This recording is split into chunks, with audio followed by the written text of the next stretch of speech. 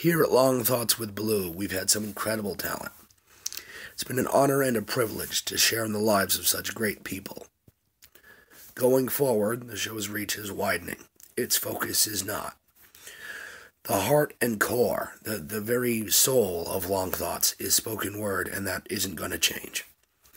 Expect to still hear more poets than anyone else. That said, there are creators of other avenues who deserve celebration. Whether you're a comedian, musician, rapper, or storyteller, you have a home here on Long Thoughts. I look forward to sharing your story.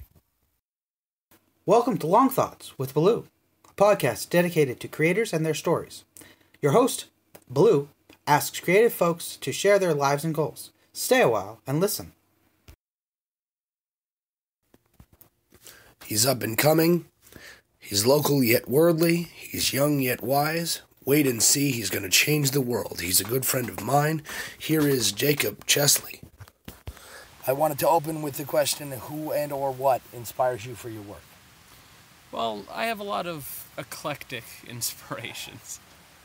Mostly, I read Charles Bukowski in my late middle school years, and he really inspired me to try to write poetry. Because he took his life that was so visceral and sometimes really, really dark, and he made beautiful art out of it. So I thought I was going through a rough patch at the time. Maybe I could vent my frustrations in the same way. Sounds like a rational plan.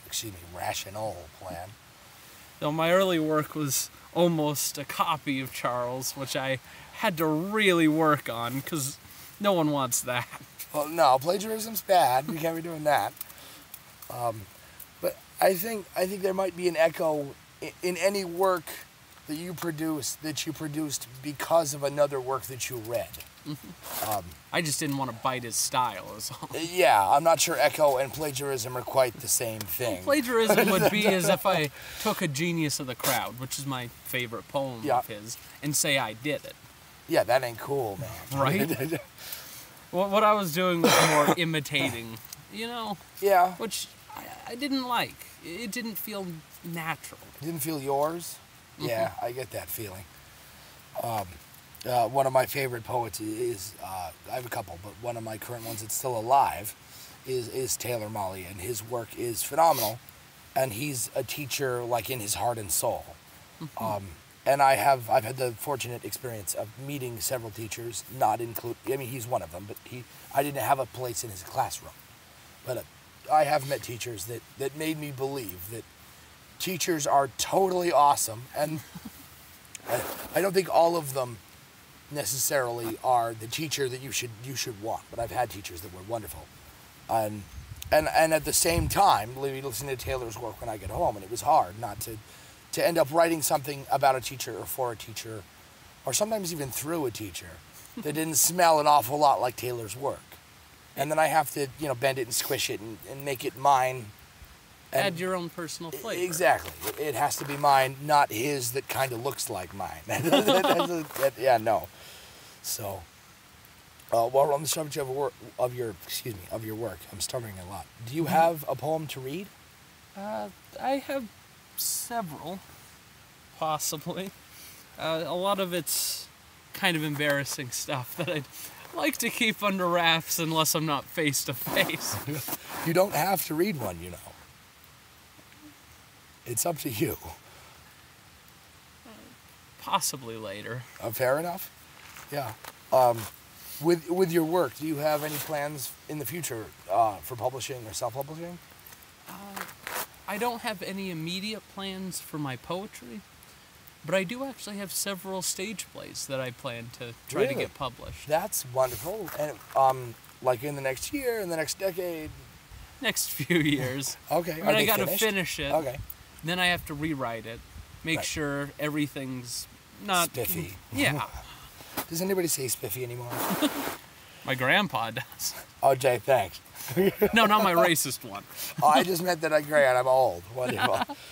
I ask the last couple of guests I've had on the show. I asked this, and I think I plan on making it a stock question, if that makes sense. Do you have a favorite word or sound? As a writer, I find that sound and words are deeply embedded in me, and I imagine that a lot of people have from the same circles, have the same experiences. So do you have a favorite word or sound? Yeah. I like the word pumpkin a lot. Really? Yeah. Why pumpkin? The way it sounds? Just because it's completely ludicrous.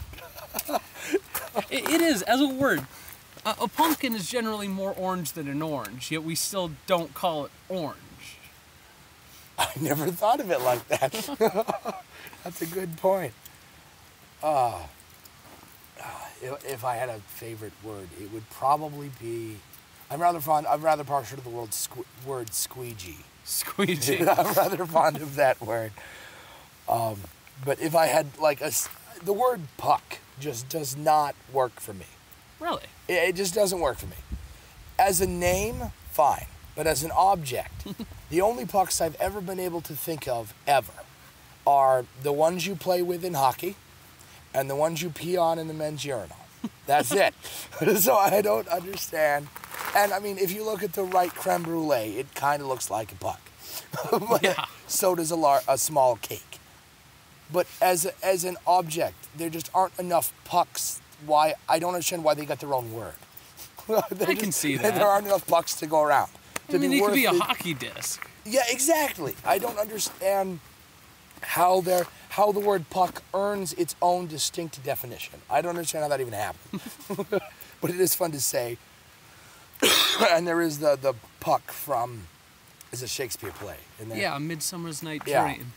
But that's a name. He is not a puck. His name is Puck. Maybe he's a puck. Yeah, maybe. So, do you have any heroes or idols? Well, possibly. I think my high school teachers. Really? I don't, All of them? No. Specifically my art they were my dystopian literature teachers, even though they were the art teachers. They really helped me focus on my work and refine my style, you know? That's good. And they encouraged me a lot, which is something I really needed in those early years. I bet. I never got that. I mean, I have a mom who supports me and says, hey, if you want to write, go for it. Poetry's nice, you didn't get it from me. And it was kind of a mixed bag, because my dad's great, right? He's a wonderful guy. He is not a wordsmith. I say the word poetry, and he goes... Yeah, he starts dozing off, and if I read one, out like a light, right? And he's given me feedback here and there, because for some reason or another, one of my pieces grabbed him. But by and large, what support I get on that is from, what active input I get on that, active support I get from Mom. And even then, that's nice, don't stop if it makes you happy. It's not necessarily aid. Yeah, it's more of a blessing than any actual Right, benefit. active, right, assisting. Yeah, there's none of that. And I don't know, I just decided I was going to write regardless of what other people thought of it. And I run a podcast about people who write. So that's cool. Yeah, stepping up in the world. Yeah, I guess. So my other half actually pitched this question as something to ask. No, I'm sorry, that one was my mother. Do you have a comfort food, something you eat or drink, I guess, if you're like... Well, there's a few things. I don't know if I'm legally allowed to say them. Let's try that again. Food. Yeah, food. Brownies are amazing. Yeah, I bet they are. Yeah, But I bet. in all honesty, I think spaghetti would be that. Really? It's because I grew up eating it. My mother would make it all the time. And so no matter how bad of a day I had, I'd come home, and most of the time I'd have an amazing plate of spaghetti. Because my mom's a terrible cook. She is. Except, she might hear this, right? except when she makes spaghetti. I have, my mom is an amazing cook. But she has this weird problem with eggs. Really? If I don't really care what it is. If egg's the main ingredient, could be a frittata, an omelet, it doesn't really matter. An egg pie. If if the egg is the main ingredient, my mother will need, it will still taste amazing, but she'll need something like 4 times what the recipe calls for in eggs in order to have enough for it to come out looking like it does in the photo. Because for some reason, when my mom uses eggs, almost all of them just disappear in the cooking process. And I know that eggs cook down when you cook them, but not like this. This is something else. She's a magician, basically. She is. And I have the same problem, but it's not quite as bad. So I'm hoping that when I have children, the curse will just die. It just won't transfer down. There just won't be enough loss of egg left for them to have any issues. Maybe one of your ancestors pissed off a witch or something, and she, like a dispute over eggs or something. Right? Maybe they destroyed the last great chicken emperor or something. So spaghetti's, I love spaghetti. I'm very Irish, but I'm not particularly fond of traditional Irish food. Italian is the way to go. I like to tell people that I'm 95% Irish. The 5% of me that is my belly is Italian. So, on the subject of publishing or self-publishing, have you considered one or the other over one or the other? Like, do you have? I feel like self-publishing would be slightly better for me, on the fact that if I do make any money off it, I'm not going to lose 90% of that in royalties. Yeah. Because J.K. Rowling, she made her millions in movie rights. She didn't make it off the books. She did sell a lot of books, though. Yeah, but the royalties are ridiculous. You get like 30 cents to the dollar. Yeah, that's true. Yeah. It doesn't really matter how many she sold. It's just that she didn't get a whole lot of each individual dollar's worth of sale. Exactly. Right. So a local publisher like me isn't bound to make $10 right. off it. In the same way that if you buy 10% isn't, even 15% isn't a whole lot of $12. But if you buy a car, 12% is a lot of money. Right. If it's percentage of the worth of the brand new car. So, do you ever write? Like I'm trying to figure out how to ask the question. I have writers and friends and myself. Often I take a thing that actually happened to me, and then write it down or dramatize it a little bit, and then write it down. Do you ever try the other option, which is to completely off the wall, make something up, like make up a false story and write it down just to see if you can? Sometimes. Yeah? Usually I have them based in real world happenings, but I make up a scenario where I express my feelings with it. Oh, nice. Like, for example, I have one poem that I won't show you because it's terrible, where it's in the perspective of a man who gets completely drunk after a breakup, and he's looking into the mirror, and he can almost feel her there, you know? Like, he can still remember in vivid detail everything about her, but she's not there. And so he kind of, like I said, it's not that good of a I don't know, poem, I kind of like the idea. The way it's written is, ugh. But that happened after my first breakup with my first girlfriend, because I've never had relationships. I had one in high school, and then another one in high school, and that was it. Huh. Well, I'm sure there's the perfect Jacob attachment around there, out there somewhere. Because I said the same thing about, people said the same thing about me, and I went, yeah, get out of here. And Amber's amazing. I don't know. Romantic relationships, to me, are more of a burden than anything. And that's the problem. Is I can't find a connection with people. You haven't met all the people. No, but it's like almost universal. I can never find a connection with anyone that in that deep of a sense. Right. Like, I can have a best friend, and I can have friends, but that's as deep as it goes. Yeah, you can have friends, doesn't mean you want to see them naked. Yeah. Right. I don't know, I'm fine with the thought of being alone forever. Because I think some people are. I'm not one of them, but I think it takes a unique kind of person to be okay with that. I've met a couple of them. They're perfectly normal, right? Yeah. It's just, I think my thoughts flow better when I'm alone. Really? When there's nothing else to distract me, I can just think on everything. I get that. And if I'm having a significant other, my alone time kind of gets shortened, which means my patience gets shortened. Yeah, I love Amber to death, but we live together, and I agree with you that one has less free time, truly free time. Yeah. For me, that's not a deficit, but for some people, I can see how it might be. Yeah. Do you have any poets you're reading, writers you're reading now?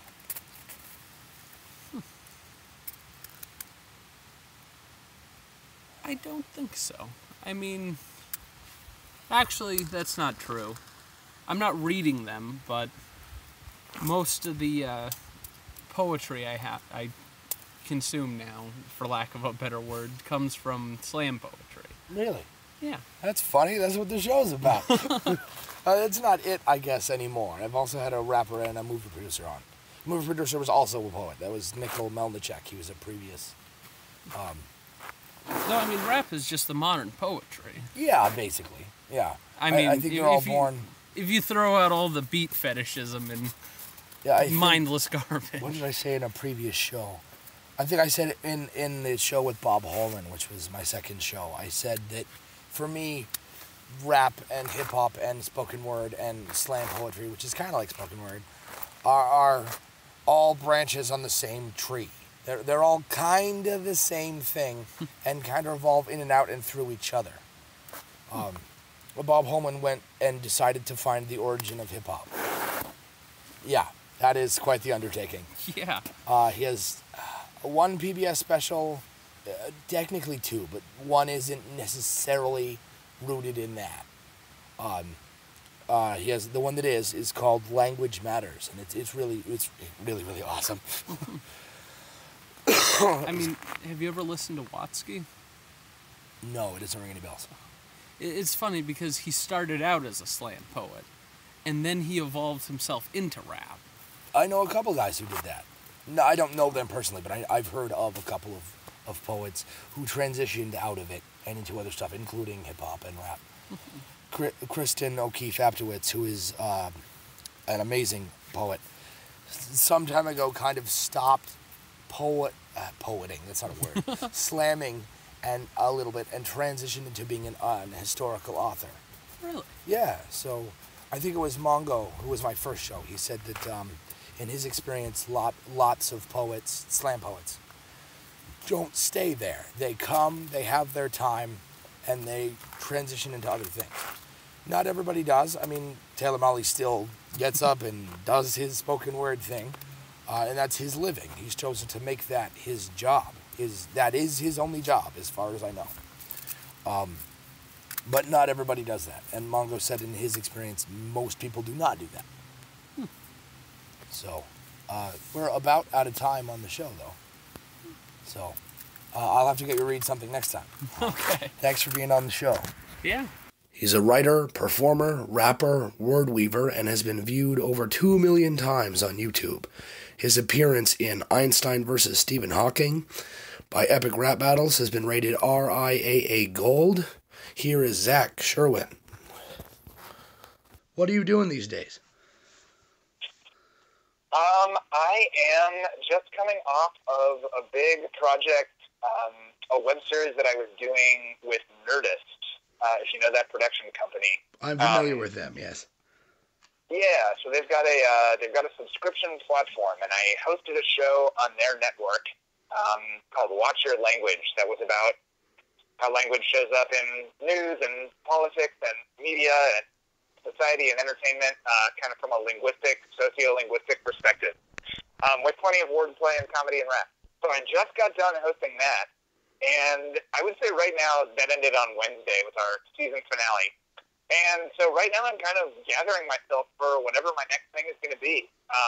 And I'm taking a little bit of time to figure out what my next endeavor that I'll launch into is going to look like. So it's a pretty exciting and somewhat open-ended time. Excellent. Possibilities are fun and occasionally scary. Yeah, I think that's right. It's like exhilarating is the word. You know, it's a little scary because it's uncertain, but really exciting because it can kind of be anything I want.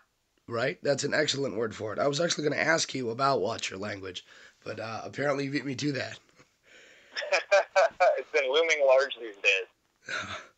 So while we're on the subject of open-endedness in words, I was actually going to ask you because you have tons of videos ranging from the epic rap battle stuff to your own work. There's 3 poems about a duck in there, 3 songs about a duck in there. Yeah. Do you have a favorite word or sound? Huh. A favorite word or sound? What a funny question. I don't mean that in a mean way. It's just a funny thing to think No, about. I like it when people go, huh, when I stop your brain for a second. That's what I was hoping for. A favorite word?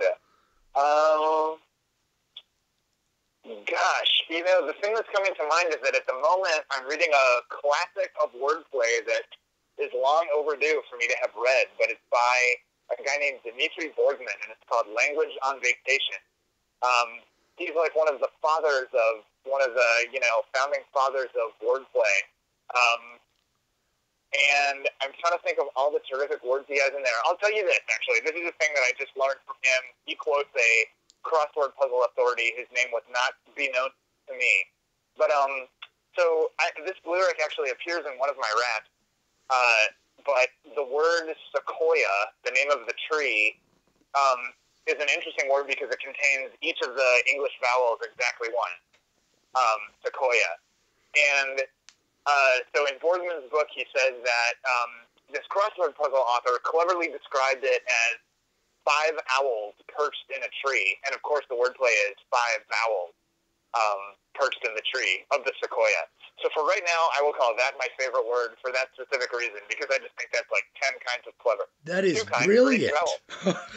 That is awesome. Yeah, it's amazing. It's really incredible. Such a clever thing to say. Oh yeah, that is.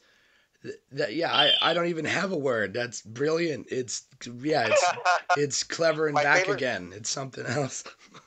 My favorite sound then, correspondingly, is the sound of the silence that occurs when you're speechless from wrapping your brain around all the wordplay that's going on in that comment. So, question answered. Good to know.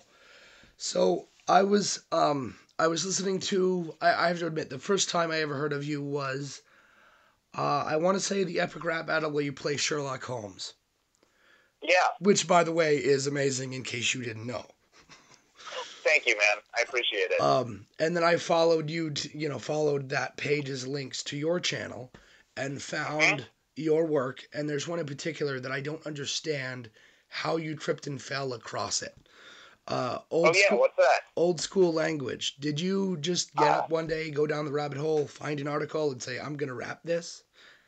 Man, what a great question that nobody has ever asked me before. Really? I will tell you how I got to that one. And I will also say that of my many videos, a thing that I learned after making so many videos is that the really simple ones wound up being some of my favorites. And I think old school language, even though it's not like epic in scope and it's, you know, just this like small thing, I think it might be my favorite video that I've ever made. I just think the combination of the rap and the concept and the graphical execution and the way it looks, and it all just really came together nicely. So thank you for singling that one out.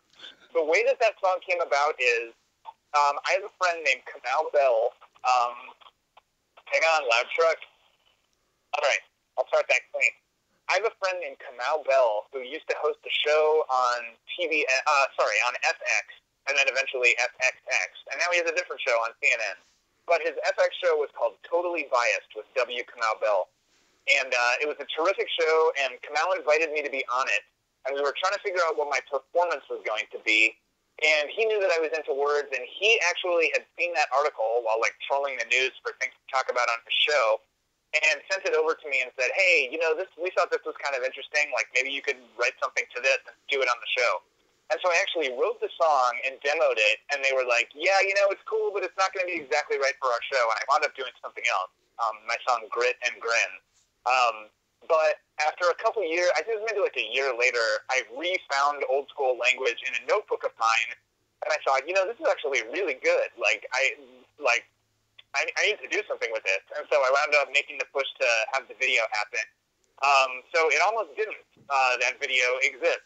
But, I wrote the song on spec, and I certainly wasn't going to let that work go to waste, especially because I thought it turned out so nicely. And look at that, it wound up being one of my favorite things. So I guess the big lesson is you never know where life's going to take you, so I guess you should just do everything, unless you see a reason not to. But yeah, that's the story of that one.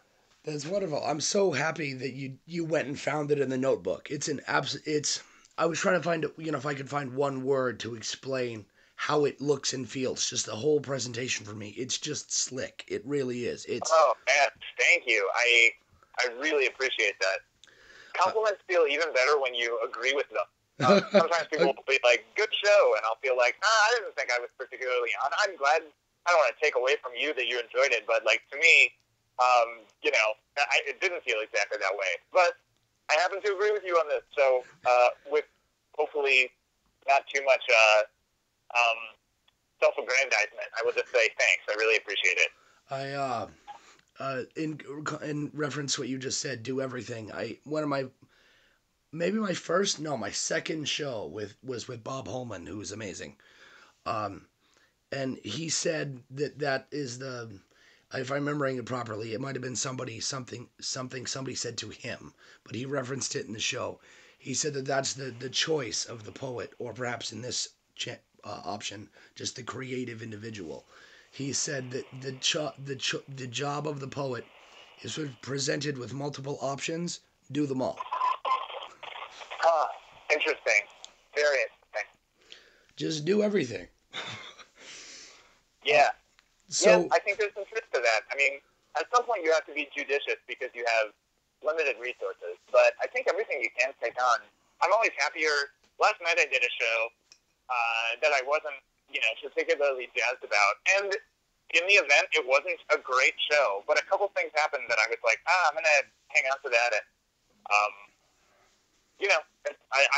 I'm always happier I did something than when I didn't do it. And they say that those are the regrets you feel at the end of your life, not for I shouldn't have gone and done whatever. It's the missed opportunities. Okay, I don't mean to derail. Back to your question. No, it's absolutely fine. The show is about you, not about me. So if you just want to ramble, go for it. So it occurs to me that at some point in time you were not an internet superstar, and now you are. Has that changed? Your social interactions, how you see yourself, other people. Did you lose friends over it? Oh man, I think you're overstating the case. Although I greatly appreciate the narrative you're laying on top. I guess an internet superstar. The biggest virality that I have been a part of is, of course, epic rap battles. And while I have acted in some of the videos, I'm not one of the two principal performers on that show. And so, I don't think that the videos that I've made or been a part of online have changed things in any significant way. Very occasionally, a few times a year, maybe, someone will approach me on the street or at a restaurant and tell me that they're a fan of the battles. And that's about it. Really? Yeah. I have to admit, that's really surprising. I love your work on the Epic Rap Battles of History. Those are fun. But I have to say that hands down, my favorite video that I've ever seen you remotely appear in is Old School Language, and I just watched the Three Duck ones. And I watched the first one because I was like, really? He must mean something different than the actual avian creature. He must mean something different. And about, 30 seconds into it, it's fairly obvious that you were talking about an actual duck. Yeah. This is awesome. Just the strange... Well, thank you. You're welcome. The strange idiosyncratic things you choose to rap about are unorthodox. I don't know anybody else who raps about a duck. Or language in the past versus language in the future. Your work isn't just really good, it's specific. Well, thanks. I think that, not to get too new aged out, but I think that, there's this concept. In college, I read some of the author Jorge Luis Borges, and got introduced to a concept from him that, he didn't say it, but he's the one who presented this concept about, infinity, that the universe is an infinite sphere and any point is its center. And I feel like with comedy and art in general, you just pick a thing because the same, great truths are contained no matter what you choose as your subject matter. If you're saying something that is striving towards being true or towards describing an experience, then it's just going to map across, any, you could write a song about anything, and if it contained a nugget of truth, even though the shape of it might be different, like the core stuff that it links back to, I think is all the same and connected. So, I think it's a pretty generally accepted tenet of writing that the more specific you get, the more universal the effect is. It's certainly true in comedy. I've never heard it in so many words, but yes, I agree with you. That the more specific you get, kind of the more relatable you become. Yeah. Right. So yeah. I didn't mean to cut you off there. I'm sorry. No, it was just a placeholder. If the Geek and Sundry show, Watch Your Language, that looks really cool. I just found their subscription platform because I watched your video that mentioned it yesterday. Oh, yeah. So how long is the season? Couple episodes? 8, 12, 4? It's 12 episodes. They actually all aired live, streaming on the platform at one point, and then now they're archived there on demand forever. There's one lost episode where a technical thing happened and it doesn't exist. So there are only 11 episodes on the website, and one of them existed in the moment that it existed and then never began, which I have to say, sorry, I'll wait for the bus. All right, cut there. I have to say is kind of an amazing, mandala art, where you make it and then you get rid of it because nothing's permanent. I sort of like that there's one episode of the show that came and went and nobody will ever see it unless you happen to watch it at the time. But yes, the short answer to your question is 12 episodes available, archived forever at Project Alpha. We're about out of time, but I wanted to ask you if you're going to do another season, if there will be more of it. We'll see what happens. Not for right now, but down the line, it's very possible that it'll get revisited. And if it does, that will be an exciting thing to, pick back up. Excellent. I can't wait to hear more about that. That'll be fun. Awesome. So we're approaching 16 minutes, and we agreed to 15. So as much as I'd love to... Do you have one last question you want to go out on? I do, actually. Not to detract from your own work, but you when I called you internet superstar, you were like, I don't know, I think you're upplaying it a little bit. I don't think I am.